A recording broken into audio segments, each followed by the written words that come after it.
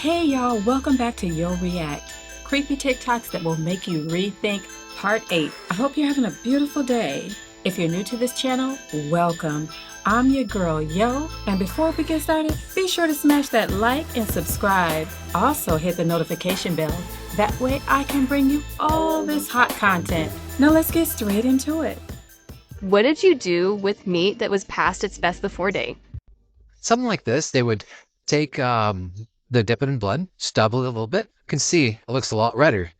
We've got some marinated drumsticks here. Why is stuff marinated?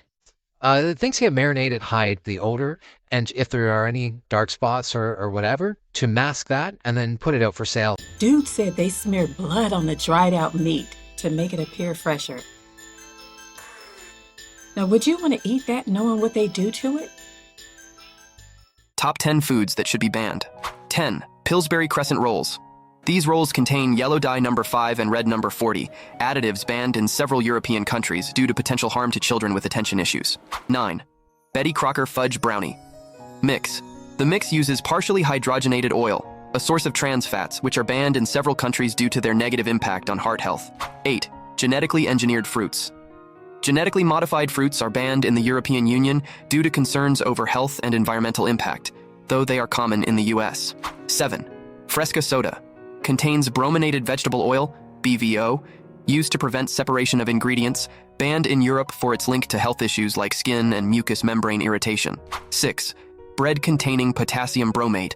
This additive is banned in several countries as it is a possible carcinogen, but it is still used in some bread in the US. 5. Farmer John pork breakfast sausage links.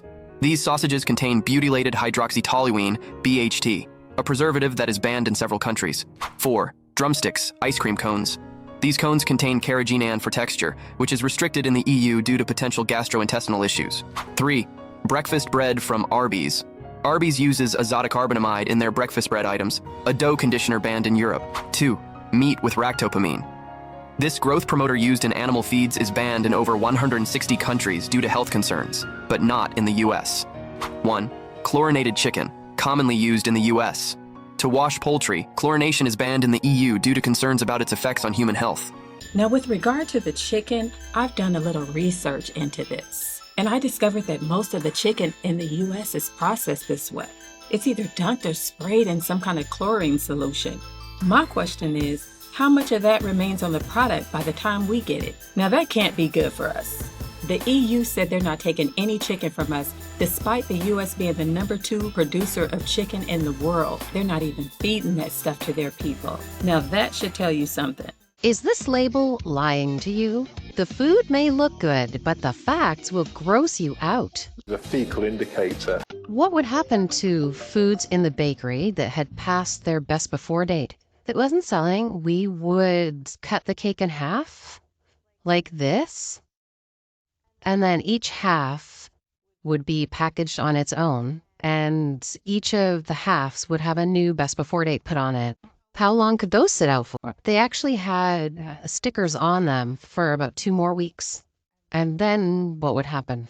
After a couple of weeks, if it still hadn't sold, we would actually replace that sticker with the new one. So that's 2 additional weeks on top of the 2 weeks, on top of the weeks that it's been in the display case. Fruit tarts in the display case, we would take them and we would scrape off the fruit as it got older or less desirable looking or moldy. We would just retop it with new fruit. Now wait a minute, I bought a cake a couple of months ago and it tasted stale the first day we ate it. They changing dates and switching stuff out? That's just crazy to me. Next time, I'm baking it myself. Who got a good recipe out there? Send it to your girl. You feel that the beef between Bernie Mac and Steve Harvey was because Steve Harvey was getting a lot of network love during the time and Bernie Mac not so much? Yeah, and then Bernie started to get it. Bernie said in the GQ article that when he got Ocean's 11, Steve had reached out to the producer and said he thought he would be a better fit and tried to get the part and blah, blah, blah. And that was some shit that, you just don't do. Bernie, felt like he didn't want to do it anymore. He was on his own path, and Steve. So, nothing like that ever happens or doesn't happen for a reason. Bernie! They had to make him the host. But Steve Harvey found a way. Even though he wasn't talented, he still found a way. In general, when you think about a band of artists, you probably envision a group of people that have each other's best interests at heart. While that may have some truth to it, Steve Harvey's story seems to show us another angle to it, because according to reports, Harvey was hell-bent on kicking Bernie Mac out of his way. This is messed up on so many levels, mostly because they were only supposed to be a pair of professionals chasing joint success, but news that has just hit the media about Harvey alleges that he only cared about himself from the beginning. Even though the world had no idea all of this was happening with the guys behind closed doors, other members of the band have now come out to set the story straight about Mac and Harvey's story, and trust me, it's almost unbelievable. I know I don't have to tell you just how explosive this is, so do yourself a favor and stay tuned. Is it true that Steve and Bernie butted heads? Yeah. I mean, they were the kind of guys that they both alpha males. If you were old enough during the early 2000s, there's a pretty good chance you know what the original Kings of Comedy show was all about. If you weren't there at the time, then whatever you think you know about Steve Harvey's story is probably just half the scoop. Steve Harvey, along with 3 other comedians, cemented their place in the Comedy Hall of Fame in the 2000s when they went on a comedy tour called the original Kings of Comedy. The show not only broke box office records at the time, it also kickstarted what comedy shows have become today. Was that the most successful comedy tour ever at that point? Yes. The other 3 performers were D.L. Hewley, Cedric the Entertainer, and Bernie Mac, all of whom had different styles and also used material based on African American life in America and black-white differences. Steve was hot. We had the Steve Harvey show, so we had a national TV show. Bernie Mac was the it comedian at the time, and then DL was hot. He had a TV show. Harvey, at the time, though, was alleged to be the smoothest of the performers, but also the most aggressive toward the audience, picking targets in the front row for comments on their hair, clothes, and career prospects. Bernie Mac, on the other hand, had a different approach, something you could call the most hard-edged, and some of his material ventures away from comedy and into the wounds of real life. Now, can you imagine? They were supposed to be friends. Now, y'all got to drop down in the comments and let me know what you think about all this. I've generated several $1 billion for Sony. I own half of Sony's publishing, and I'm leaving them, and they're very angry at me because of it, but I just did good business, The way they get revenge is to try and destroy my album. And Tommy Mottola is a devil. I'm not supposed to say what I'm going to say right now, but I have to let you in on a secret. Say it! Mariah Carey, after divorcing Tommy, came to me crying. She said to me that this is an evil man. And Michael, this man follows me, she said. He taps her phones, and he's very, very evil, and she doesn't trust him. And he is a horrible human being, and we have to continue our drive until he's terminated. Now, they've been trying to pull the curtain back and reveal what's going on with these people for a long time. Now, do you think this has something to do with Michael's deletion? So one of my supporters DM'd me and asked me my thoughts about Teresa Graves being Whitney Houston's biological mother. And y'all, when I first heard this rumor, when I first laid eyes on Teresa Graves, I'm not gonna lie, it took my breath away. Now, Sissy Houston, I believe Whitney loves Sissy Houston like a mother. However, whenever I saw Whitney and Sissy Houston together, it never really gave that motherly, daughterly bond. This is my opinion, y'all, before y'all get to snapping. So when I heard about Teresa Graves, it was like, oh, well, that makes sense. Like, instantly, it was just kind of like that, So I just did some investigative work. This is a young photo of Sissy Houston. Whitney and Sissy, to me, look absolutely nothing alike, but I know it's not all about looks. But I did get a little bit more curious, and I'm like, well, I wonder how Teresa Graves sounds. How are you? I'm fine, Teresa. It's very nice to be here talking with you because you're in a new series, The Funny Side. Right. It's going to be on Tuesday nights at our time, 9:30. I guess what would be for you? Yes, that would be 8:30 in Central Time. Right. Yeah. And it's going to be the only place to laugh on Tuesday nights. We're the only comedy show on. And we're very optimistic about the show because we've got a great group of people working for us, and the cast and the writers. It's a pretty big cast, isn't it? It's terrific. I mean, there's 10 people. Uncanny. Plus, our host will be Mr. Gene Kelly, who's going to host the show, and we're going to have guest stars. Now, in my opinion, speaking voice-wise, they sound very similar. But then I'm like, okay, but Sissy can sing. So can Teresa sing? I found a video of Teresa singing. Now, not going to get y'all hopes up. She not going to blow the house down like Whitney, but she can sing. So let's listen to that. Young Teresa Graves.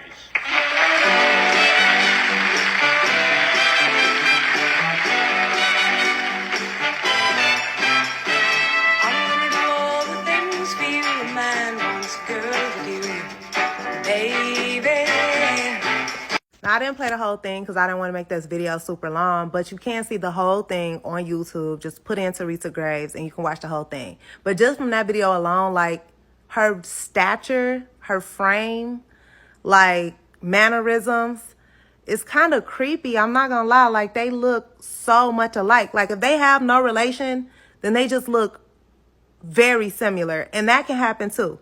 Now, the rumor was John Huston, Whitney's father, had an affair with Teresa Graves. Teresa Graves was like a triple threat back then. She was a singer, she could dance, she could act. She had a very successful career way back when. So we might not know her, or she might not be a common name in this generation. However, back then she was popping.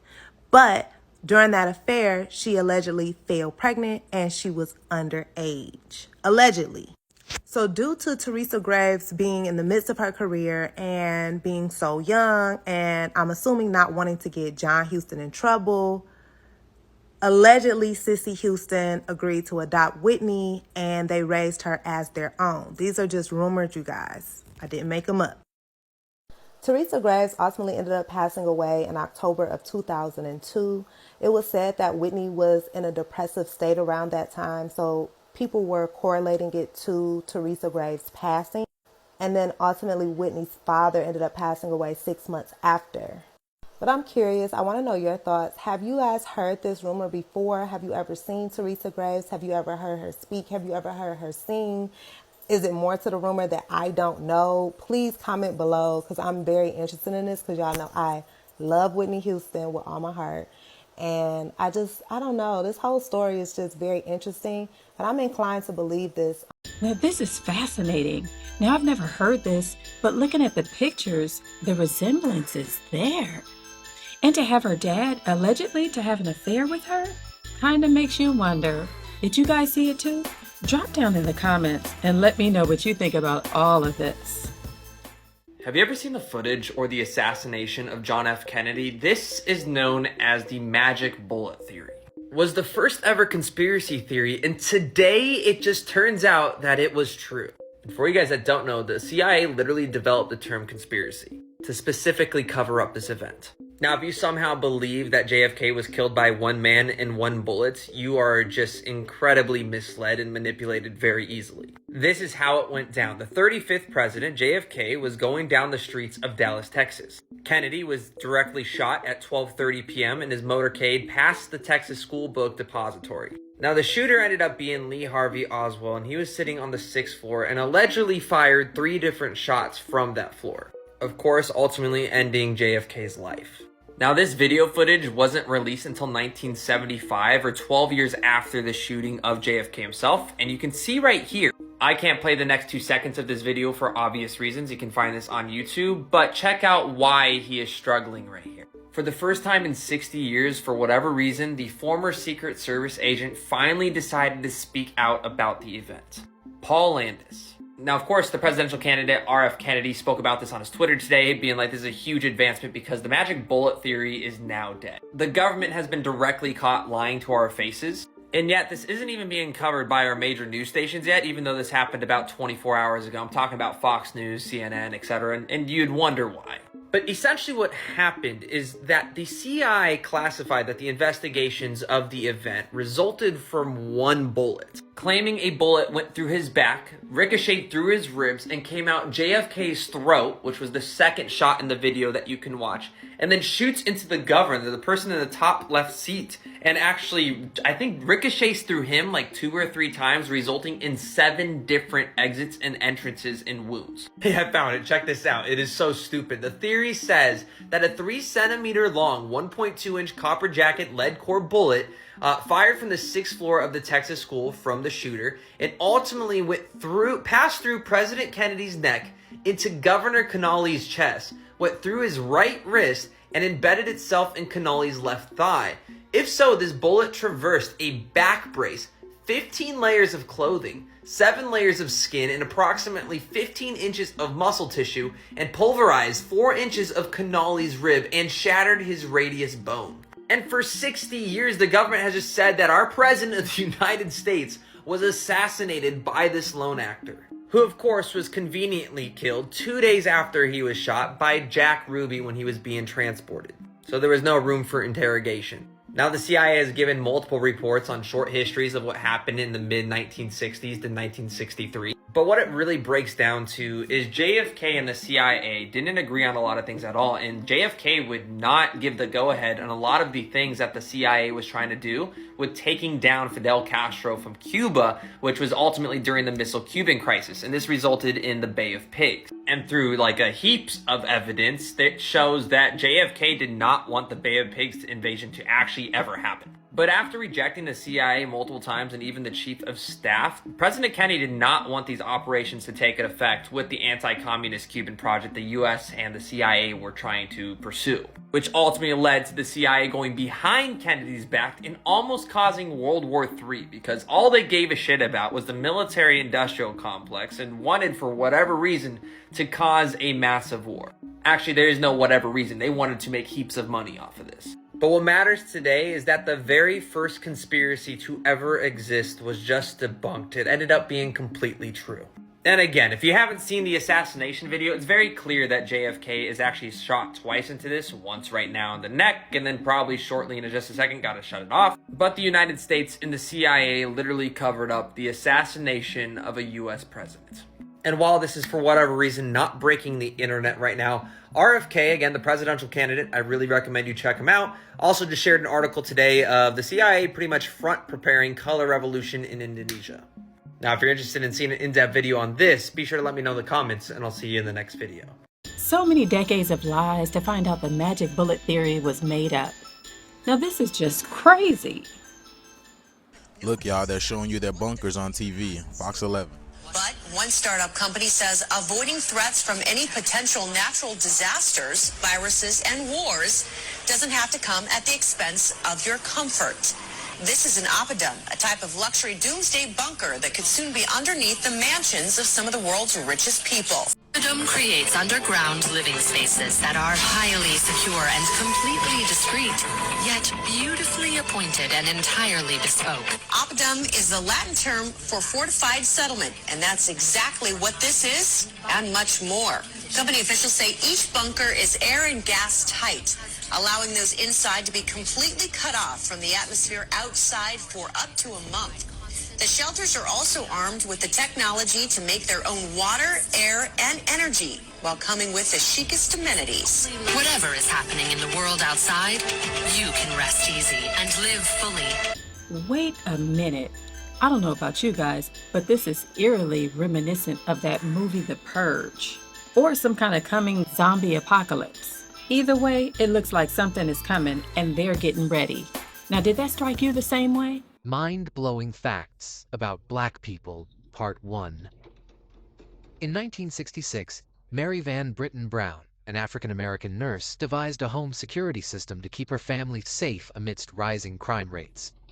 Meanwhile, Garrett Morgan, son of enslaved parents, created the iconic three-light traffic signal in 1923, ensuring safer intersections for all. Frederick McKinley Jones received a patent in 1940 for his roof-mounted cooling system in refrigerated trucks, vital for preserving goods during transportation. Other unsung heroes included Alexander Miles, who invented automatic elevator doors in 1887, saving countless lives from tragic accidents. In 1964, James E. West co-invented the electret microphone, revolutionizing long-distance communication.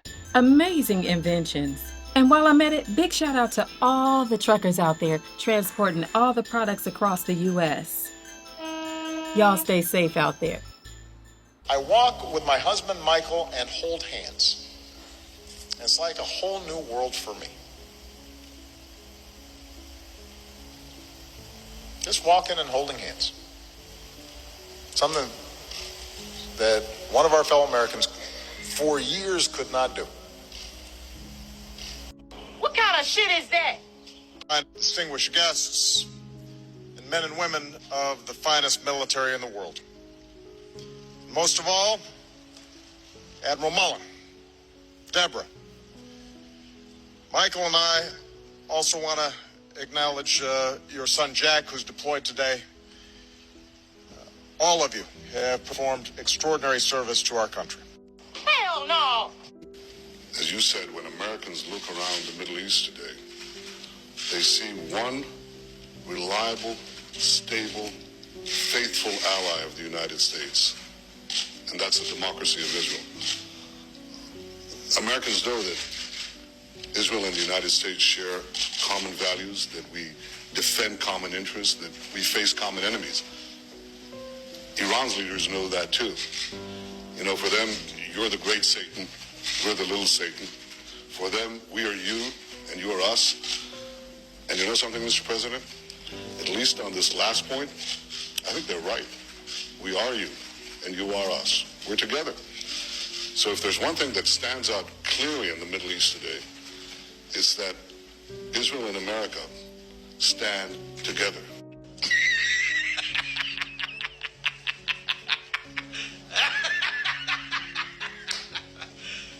You serious? Now, why was he calling his wife Michelle Michael? Now, I find that a little strange and creepy. I worked at Disneyland from the year 99 to 2002, and I worked in the parades and shows department. So I did all the parades and shows. I was like in the Electric Parade. Did they do the Electric Parade? Fantasmic, Aladdin. But I want to talk about specifically Fantasmic. So Fantasmic is on Tom Sawyer's Island. So back in the day, like our rehearsal time was like from 10 p.m. to like 2, 3 in the morning. And that way, no one's there. You could rehearse, whatever. But there is tunnels under there, like for reals. So in the Fantasmic, I was a snake. Okay, so the pods and the snake. Remember the snake? I forgot the movie it was in. Anyways, so we had to wait in those tunnels for our part, to come up. So, but you couldn't go past like a certain point, like it was blocked off. So that's how I know there's tunnels. And just being at Disneyland at that time, to me was pretty creepy, especially being on Tom Sawyer's Island. That whole island, the Tom Sawyer's Island itself is very creepy to me, strange. And also there's tunnels underneath Pirates of the Caribbean for sure. I've been there, I know, and I know there's more tunnels under there that like cast members don't have access to, but there's a whole thing under there. I know that for sure. Now that worker just verified secret tunnels do exist in Disney complexes worldwide. Now what stood out to you the most? A lot of good stuff in today's video. As always, if something piqued your interest, you guys gotta hit me up. I wanna know about it. Well, that's it, guys. Be sure to like, subscribe, and hit that notification bell. You're rocking with Yo Reacts. Be sure to spread love, take care, and stay curious. I'll see you in the next one. Love and light. Bye-bye.